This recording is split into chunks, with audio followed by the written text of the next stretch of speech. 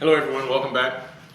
Today I'm cooking one of my favorite dishes handed down through my wife's side of the family. I absolutely fell in love with it. It's real simple to make. It has very few ingredients in it. You can make it in half hour, 45 minutes. So it's a great meal after work. You can fix it and cook it and fix it to eat the next evening if you don't want to cook the next evening. It's a dish that we call the beef, corn, and spaghetti casserole. It's a casserole dish. So I'm going to show you the ingredients here in a second. Again, it's real simple, and we'll throw it together. Alright, the ingredients we have here, we've got some sweet corn. I'm not going to use the full bag. This is frozen sweet corn. Probably use a third of the bag, maybe half. We have a pound of ground beef, 80-20. This is about a medium-sized bell pepper, chopped up. You can see that. This is about half of a medium-sized onion, or a quarter of a large onion like we have here in Texas, a Texas sweet onion. It's about a quarter of that. We've got some just regular mild cheddar cheese, shredded. We've got some salad olives here, and it's got the pimentos in there.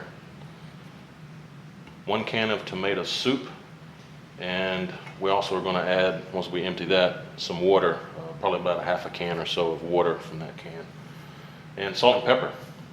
It's really that simple, and shouldn't take very long to cook. And again, it's something that's really easy to make, and I think that y'all will enjoy it as well. All right, through the miracle of time, this meat is almost browned up. And when it gets to about this point, what I like to do is add the bell pepper and the onion.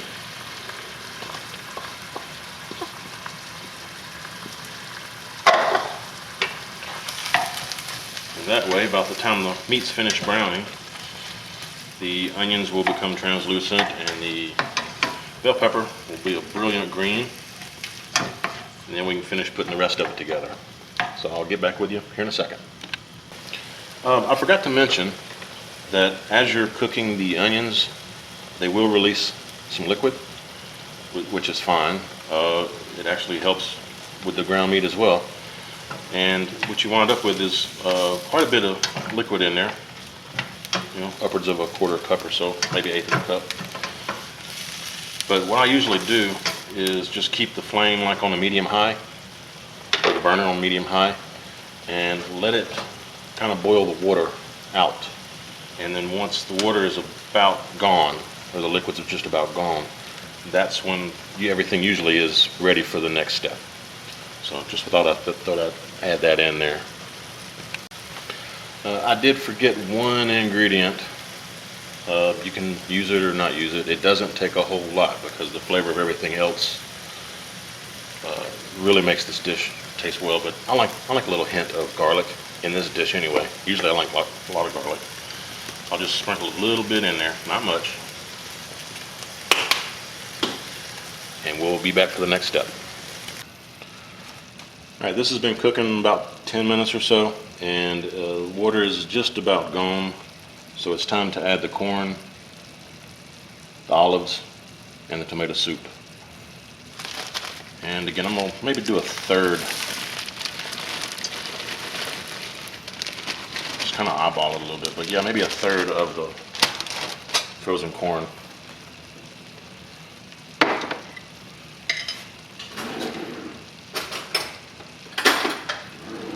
And for the olives, I'll do it this way. For the olives, I try not to get too much of the juice in there, but if a little bit gets in there, that's fine. And probably like a quarter of this tall jar is what I'll wind up using. A quarter to a third of it. And this is a 10 ounce. It's a 10-ounce jar. Just local brand. And you may be asking why I haven't salted this yet. I haven't salted or put any pepper in here because these olives and then the cheese that we're going to put in later adds quite a bit of salt to it. And also when you're doing this step, maybe a good idea, or maybe a little before you do this step, it's a good idea to put on some water for the pasta. So I've got some salted water in here, and I'm gonna stir this around. And what you will see is just a beautiful, beautiful dish with reds, greens, yellows, browns.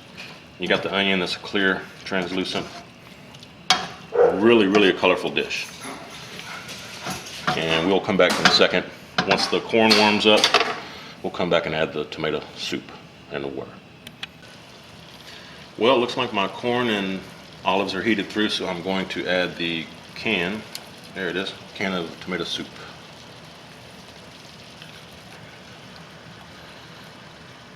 And then what I'm going to do is fill this up with half of water, and then add maybe a quarter or half of the water I put in here, maybe add half of that and stir it around, see what it looks like. We don't want it too soupy, but we don't want it too dry either. All right, so here's the water, and again, this is about half full. I'm gonna pour half of that in there.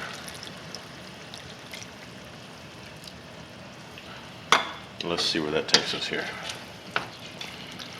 And I did cut back the heat just a little bit. It's on medium right now because of this tomato soup in here. We don't want it to burn.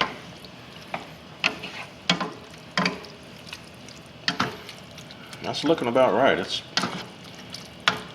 by the time this heats through, and what we're going to do is let this heat for about 15 minutes or so. Let the flavors get in concert. And then after that, we're going to taste it, see if it needs a little salt. We'll definitely put some pepper in it. And after it does that, we will be about time for the spaghetti to be put in. So we'll do that. I'll be right back.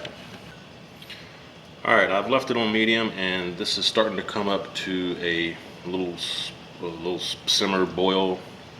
Now at this point, when it does this, starts boiling a little bit in here, turn your flame or turn your burner down to low, or even as low as it'll go. Cap the lid on here and let it go for about 10 minutes. And at that point, it should be ready for the casserole dish and the cheese and the spaghetti to be all mixed up. All right, this has been going for about 5 minutes now, and it's a good idea just to check it, stir it, just to make sure that the tomato soup is not sticking on the bottom. This looks good. All right, we'll go another 5 minutes. All right, I've got my water boiling, and I just wanted to show you how much pasta I've got here. That's about the size of a quarter, maybe a little larger, but that's what I'm using. And this is just regular pasta, not angel hair, not the thin pasta, just regular pasta. Put it in there, let it go for 10 or 12 minutes, and then at that point we'll throw everything together. Sorry, I told you wrong on the pasta, I just remembered.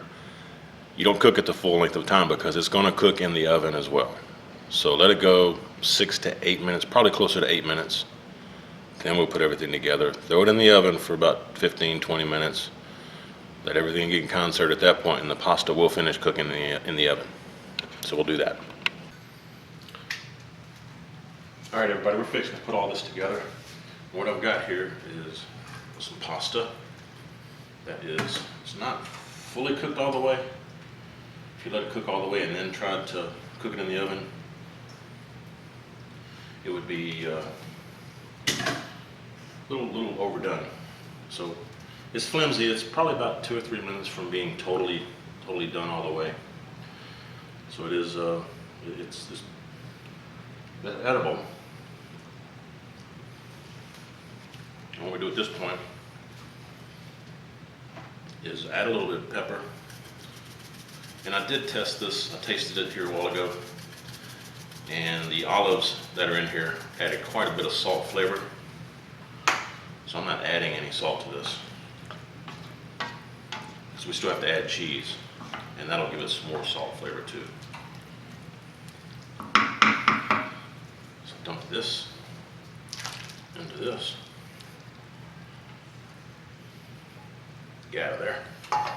Get all them good juices out of there. Then we'll put some cheese and mix this up.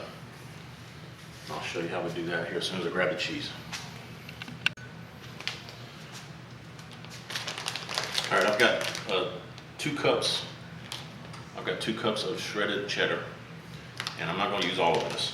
Probably use half of it, maybe not quite. We'll kind of have to start tossing it together here and see what it looks like.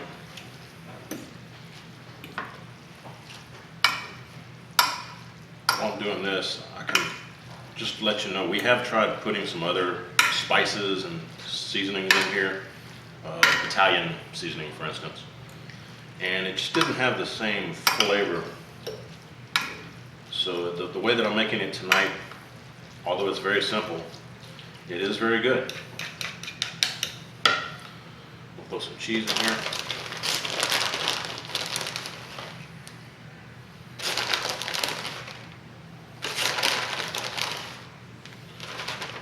Again, that's probably 1 cup or so. Toss this all together.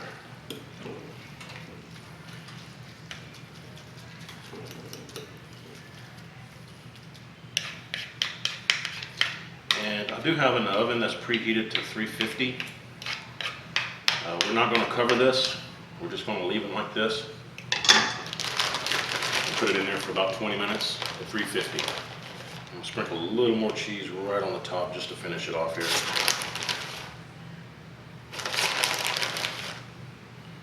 Helps keep the pieces of noodle that are sticking up out of it from drying out a little bit too.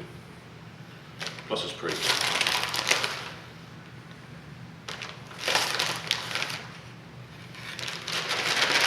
So all told, maybe 1.5 cups of cheese is what I used.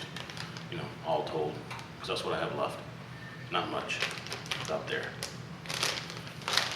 We stick this in the oven, let it go for 20 minutes at 350, and at that point I'll pull it out and we'll show you what that looks like. All right, I checked this after 15 minutes and the noodles look done. It all looks good. It was already cooked anyway. So I went ahead and pulled it out so we can eat because I'm hungry. We'll show you what it looks like on a plate.